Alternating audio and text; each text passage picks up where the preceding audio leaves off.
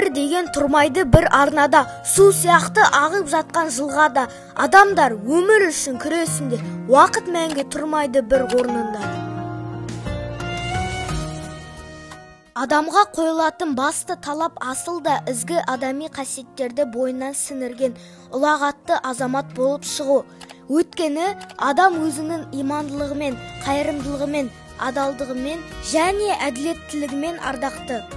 Жылы жүректі, талапты, адал, ізденгіш, терең ойлы, парасатты, инабатты, қайратты, жомарт, мейірімді, әдепті, кішіпейіл, ақылды, жүйрік ойлы, зейінді, жанашыр, сенімді, батыл, алғыр, адал, шыншыл, байсалды, ойшыл, иманды, қайырымды.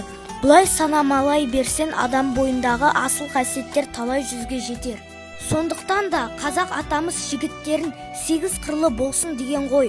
Адамда жақсы қасиет болмаса, оған бақта, бақыт та қонбайды.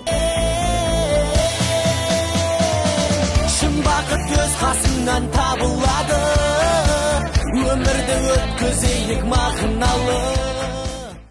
Мен өмірді барынша сүйемін, және де барымды бағалаймын. Сіздермен бірге болған 5-ші Б сынып оқушысы Сүгірәлиев Бекжан.